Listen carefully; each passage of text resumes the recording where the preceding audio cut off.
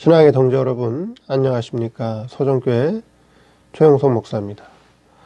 오늘 여러분과 함께 은혜를 나누고 싶은 말씀은 구약성경 이사야서 1장 4절로 6절 말씀입니다. 제가 본문을 봉독해 드리겠습니다.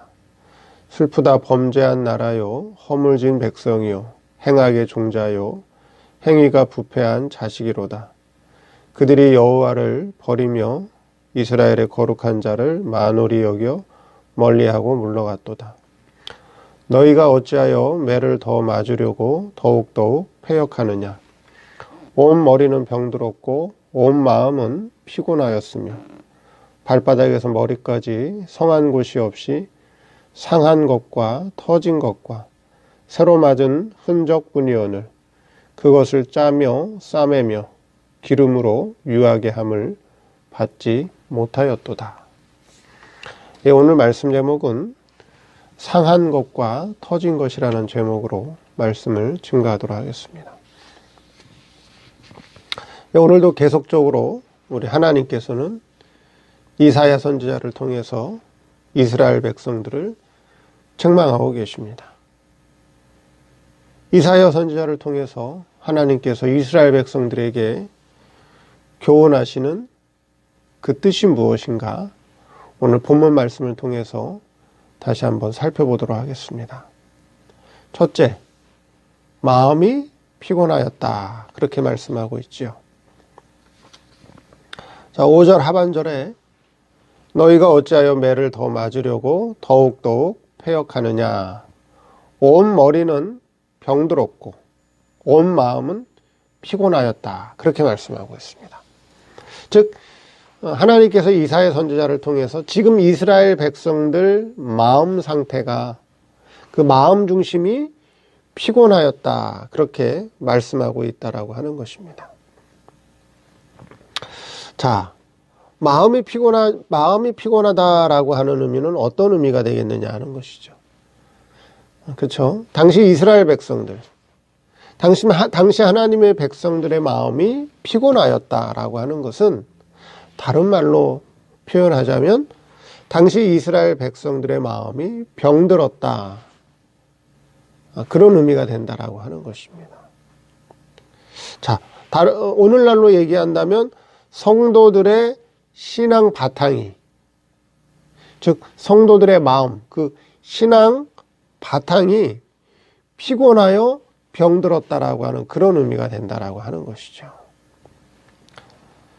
그것을 더 구체적으로 설명을 한다면 예수를 믿으면서도, 오늘날 성도들이 예수를 믿으면서도 자, 교회를 안 나갈 수도 없고 나가자니, 그렇죠? 뭐예요? 나가자니 힘도 안 나고 믿어야 될지 안 믿어야 될지, 교회를 나가도 의미를 잃어버렸다는 거예요. 교회를 나가야 하는 의미를 잃어버렸다는 것입니다. 지금 오늘 신약교회의 성도들 가운데, 교인들 가운데에서 교회를 나가야 하는 의미를 잃어버린 성도들이 많이 있다라고 하는 것이에요. 그냥 나가다 보니 교회를 나가는 것이고 봉사를 하다 보니 하는 것이지, 날마다 심령이 새로워지고 날마다 심령이 새 기쁨으로, 그렇죠? 새 기쁨을 통해서 교회를 나가고 봉사를 하는 것이 아니다 하는 것입니다. 마음이 피곤한 상태가 되었다라고 하는 것이. 마음의 새로운 힘, 마음의 새로운 은혜, 마음의 새로운 기쁨이 사라졌다는 것이에요. 그 마음이 피곤하다, 마음이 병들었다는 것이. 이유는 무엇일까요? 왜 오늘날 성도들의 마음이 피곤하여 병들었냐라고 하는 것이죠. 왜 그렇게 됐을까? 그 이유의 그 원인이 무엇일까 하는 것입니다. 그렇죠. 그것은 성도들의 심령에 새 힘을 주지 못하면 피곤해진다라고 하는 것이. 마음이 항상 새로워지고 그렇죠? 마음에 항상 새로움과 새로운 깨우침과 새로운 기쁨이 솟아나는, 그래 변화된 마음을 통해서 생활을 하고 신앙생활을 해야 되는데 그것이 안 되다 보니까, 그렇죠?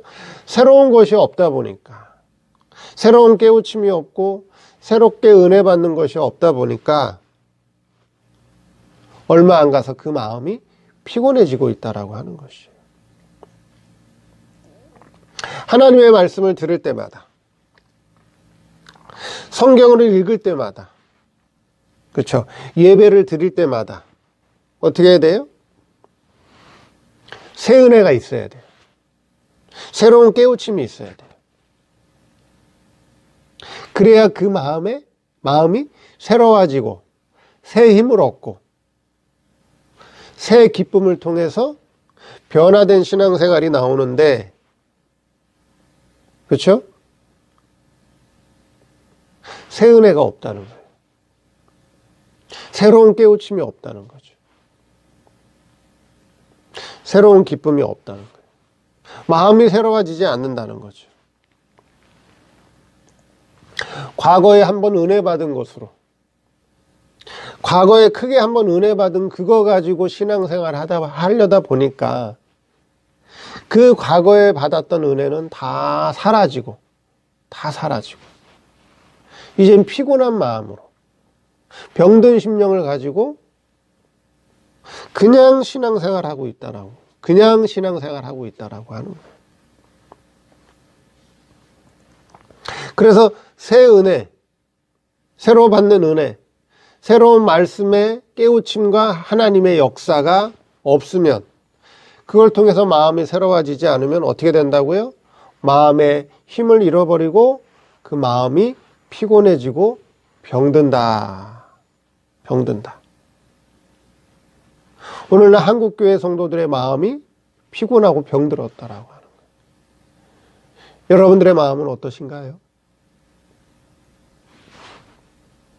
하나님께서 주시는 새 은혜, 새로운 깨우침, 새 힘을 얻어서 새 마음을 가지고 살아가고 있느냐 하는 것입니다. 근데 이사야 당시 이스라엘 백성들의 마음은 온통 다 어떻게 되어 있다고요? 피곤해 있고 병들어 있더라 하는 거예요. 외적으로 하나님을 섬기는 외적인 종교 행위들, 그렇죠? 외적으로 제사를 드리고 절기를 지키고 헌금을 드리는 거는 외적인 것은 열심히 하고 있는데 그게 다 뭐예요? 형식적인 것이다. 형식적이고 외식적이고 의식적인 것이었더라 하는 거예요. 새로운 깨우침을 통해서 새 힘을 얻어서 새 마음으로 하는 게 아니었더라 하는 거죠. 이사야 시대만 그러느냐?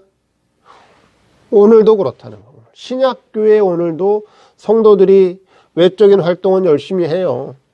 외적인 활동, 예배도 열심히 드리고 봉사도 열심히 하고 절기도 열심히 지키고 헌금 생활도 열심히 하는데 그것이 새로운 심령, 새 기쁨, 변화된 새 마음에서 하는 것이 아니라 신앙의 힘을 잊어버렸다. 병든 마음으로, 피곤한 마음으로 하고 있더라 하는 것입니다. 두 번째, 발바닥에서 머리까지 다 상했다. 그렇게 말씀하고 있죠. 6절 말씀에 오늘 본문 이사야서 1장 6절 말씀에 발바닥에서 머리까지 성한 것이 없다. 다 상했다는 거죠. 자, 한 사람으로 볼 때, 그쵸? 이 말씀을 한 사람으로 놓고 볼 때 그 사람의 전체를 얘기하는 거죠. 발바닥에서 머리까지 다 상했다는 것은 한 사람으로 놓고 본다면 그 사람 전체가 다 상했다 하는 것이고요. 어떤 단체를 두고 얘기할 때는 뭐예요? 이스라엘 민족 전체를 얘기하는 것이고, 오늘 한국교회 전체가 다 뭐예요? 다 상해버렸다는 거예요. 상해버렸다.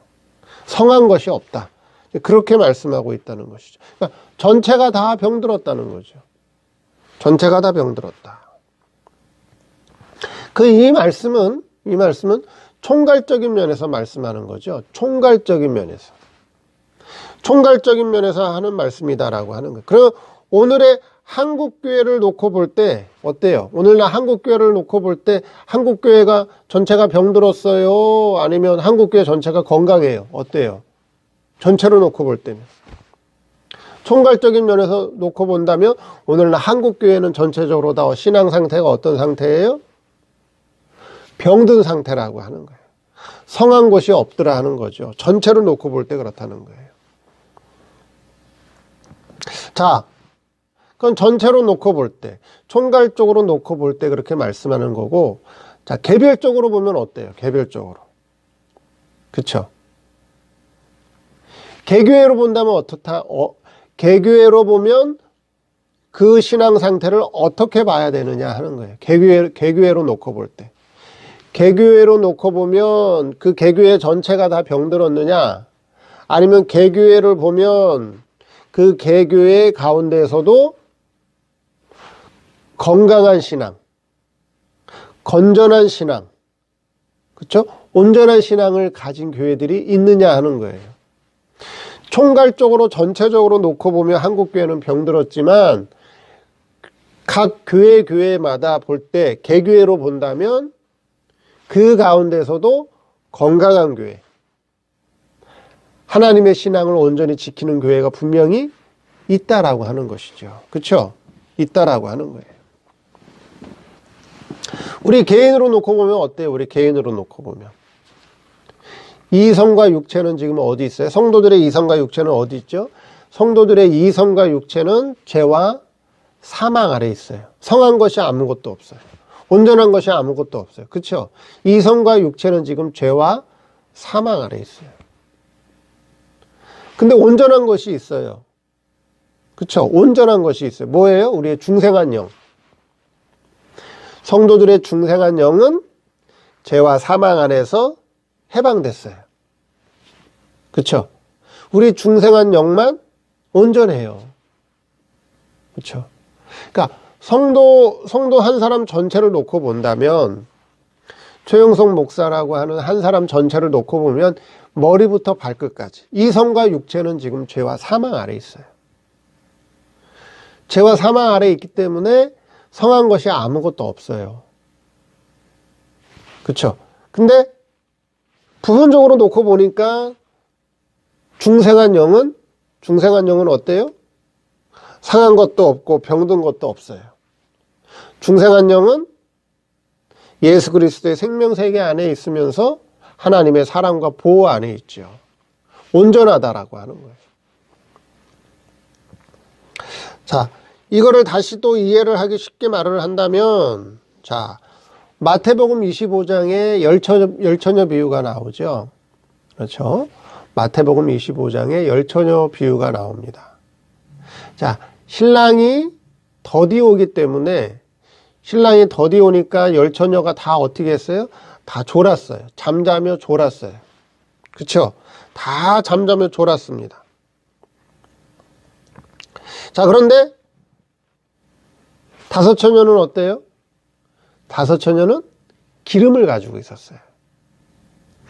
다 똑같이 졸았지만, 그렇죠? 신랑이 더디옴으로, 밤이 깊어서 신랑이 더디옴으로 열 처녀가 다 졸았는데 그 중에 다섯 처녀는 뭐가 있었어요? 등불도 있고 기름을 가지고 있었다라고 하는 거예요.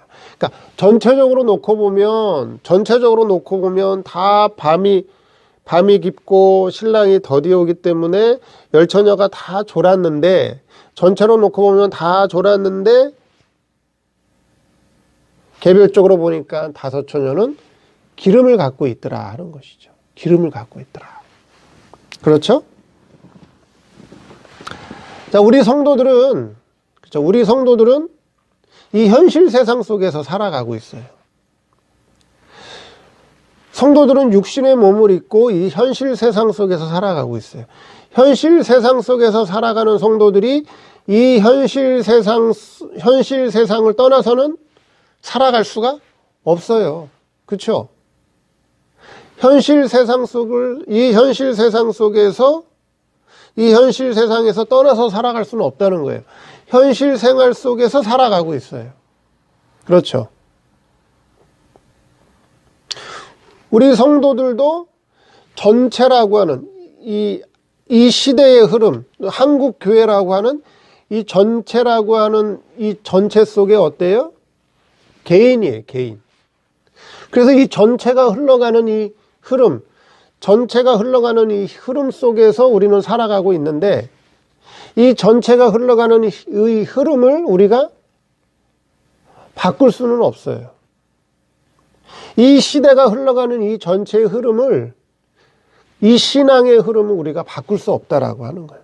그걸 막을 수도 없어요. 막을 수도 없다라고 하는 거예요. 자, 예를 들어서 시대의 흐름이, 그렇죠? 한국 교회의 신앙의 흐름이 예를 들어서 동에서부터 서로 흐른다고 예를 들면, 동에서부터 서쪽으로 흘러가는 그 신앙의 흐름을 참 성도들이 그 흐름을 막을 수는 없어요. 또 바꿀 수도 없어요. 그 흐름을 전체가 동에서 서쪽으로 흘러가는 그 시대의 흐름을 막을 수도 없고 바꿀 만한 힘도 없다라고 하는 거예요. 자, 그 시대적인 흐름을 우리가 바꾸거나 막을 수는 없지만 참 성도라면 어떻게 해야 될까요? 참 성도라면 서쪽을 보지 말고, 그렇죠? 서쪽을 보지 말고 어디를 보라? 동쪽을 바라보라고 하는 거예요. 동쪽을 바라봐라. 시대적인 흐름은 동에서 서쪽으로 흘러가고 있다. 그 동쪽에서 서쪽으로 흘러가는 시대적 흐름을 우리가 바꾸거나 막을 수는 없다. 그럴 만한 힘도 없고 그럴 만한 능력도 없다. 다만 우리는 어떻게 해야 된다? 서쪽을 바라보지 마라. 참 성도라면 어디를 바라봐라? 동쪽을 바라봐라. 그런 신앙 중심은 우리 안에 있어야 된다라고 하는 거예요. 전체적인 시대의 흐름을 보면 다 동쪽에서 서쪽으로 흘러가고 있어요. 신앙이 점점 좋아지는 것이 아니라 신앙이 점점 인본주의적인 신앙, 신앙이 점점 세상주의적인 신앙, 물질 중심의 신앙, 신앙이 점점 타락해가고 있다라고 하는 거예요. 신앙이 점점 타락하고 있는 그 신앙을 우리가 막거나, 그렇죠? 그 방향을 우리가 바꿀 수는 없어요. 그럼 어떻게 해야 돼요? 그래도 우리는 그 신앙 중심은 전체는 그렇게 흘러가고 있더라도 개인들은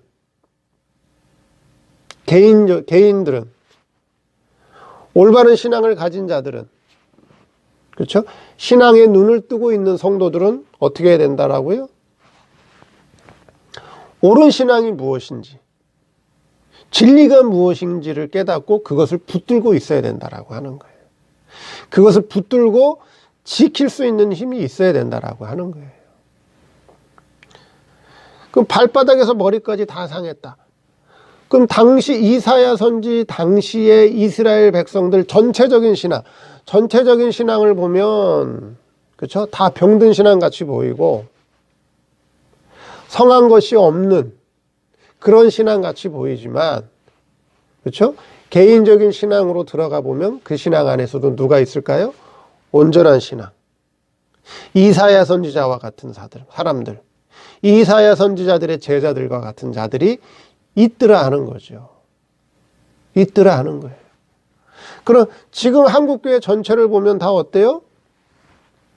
발바닥에서 머리까지 성한 것이 없어요. 다 병들었어요. 신앙이 점점 세속주의적이고 인본주의적이고 물질주의적인 신앙으로 다 흘러가고 있어요.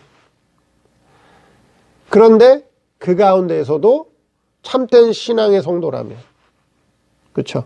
참된 교회라면 옳은 것을 향해서 옳은 것이 무엇인지를 깨달아 옳은 것을 붙들고 옳은 것을 지켜나가고 옳은 것을 위해서 싸울 수 있는 그런 성도들이 분명히 있다라고 하는 것이에요.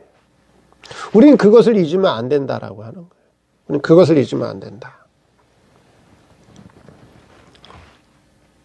예수님이 말씀하셨죠. 마지막 때는 노아의 때와 같고 롯의 때와 같다 그랬어요. 근데 노아의 때에 다 홍수로 인해서 다 사망의 물결에 의해서 다 멸망받아서 다 휩쓸려 갔지만 노아와 그의 가족은 어떻게 됐어요? 구원받았잖아요. 영광을 얻었잖아요. 그렇죠? 노아 당시의 전체 신앙은 다 노아 홍수에 휩쓸려 가고 다 멸망으로 떠내려갔지만 노아와 그의 가족은 구원을 얻었고 영광을 얻었다. 롯의 때도 마찬가지라고 하는 거예요. 소돔과 고모라가 다 멸망받았지만 롯이 남아 있었고 아브라함 같은 사람들도 있더라 하는 거죠. 그래서 전체적으로 보면 다 타락했고 신앙이 점점 희미해지고 인본주의적이고 세속주의적이고 물질주의적이고 그렇죠? 그런 신앙으로 흘러가도 참 성도라면 참 하나님의 아들들이라면 바른 신앙을 붙들고 바른 신앙을 향해서 그걸 지키고 싸우고 바른 신앙을 향해서 나아가야겠다 하는 것입니다. 세 번째,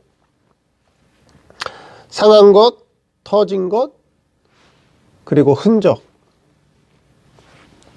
자, 6절 말씀해 보니까 상한 것과 터진 것과 새로 맞은 흔적이다. 그렇게 말씀하고 있죠. 하나님께서 징계하는 면을 말씀하고 계십니다. 하나님께서 어떻게 징계하고 계시는가 하는 것입니다. 자, 상한 것은 머리가 상했고 마음은 병들었고 생활은 하나님께 맞아서 터져버렸어요.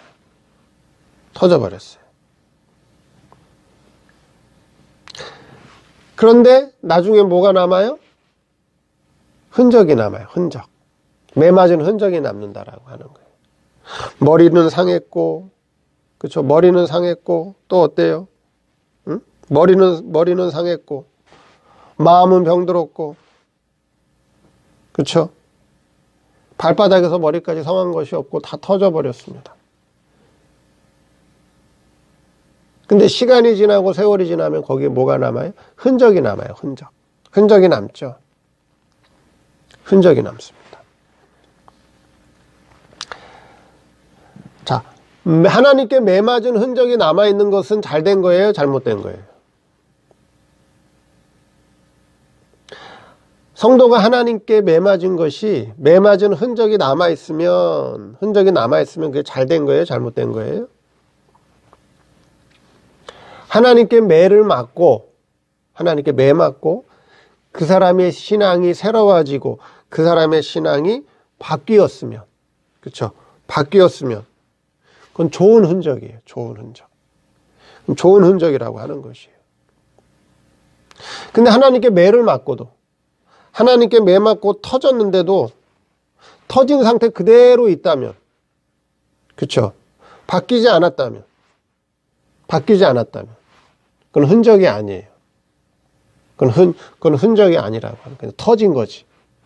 바뀐 게 아니라고 하는 거예요. 사도 바울도 뭐라 그랬어요? 사도 바울도 내가 예수 그리스도의 흔적을 가졌다 그랬죠. 흔적을 가졌다 그랬습니다. 그렇죠? 예수 그리스도의 흔적을 가졌다. 이 흔적이라고 하는 게 나쁜 게 아니라고 하는 거예요.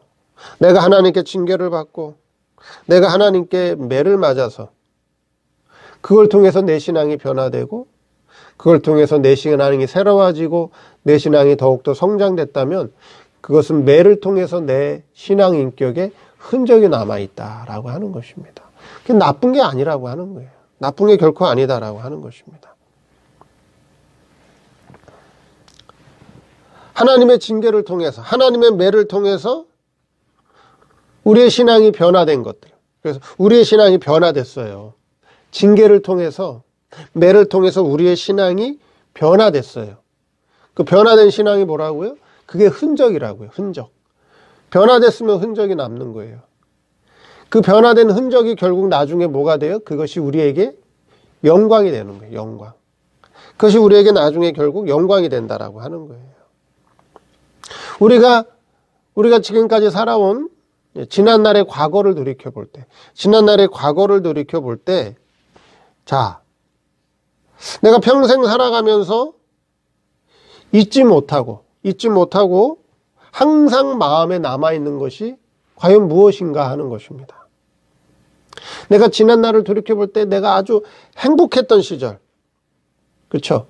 아주 즐겁고 행복했던 시절이 남아있을 것 같은데, 그 기억이 아주 오래 남아있을 것 같은데, 근데 그게 어때요? 시간이 지나면 점점 어떻게 될까요? 시간이 지나면 점점 희미해져요. 점점 희미해지고 사라집니다. 근데 아주 고통스러웠던 것들, 아주 고생스러웠던 것들, 아주 힘들었던 것들, 그쵸? 근데 그건 어때요? 그게 남아있어요. 그게 남아있더라 하는 거예요. 근데 내가 힘들었던 것, 어려웠던 것, 고난받았던 것, 그쵸? 그게 뭐예요? 그게 결국 내게 위로가 돼요. 결국 그게 내게 위로가 되고, 결국 그것이 내게 힘이 되고, 결국 그것이 내게 교훈이 된다라고 하는 것이. 그게 뭐냐? 흔적이에요. 그게 흔적. 흔적이라고 하는 것이에요.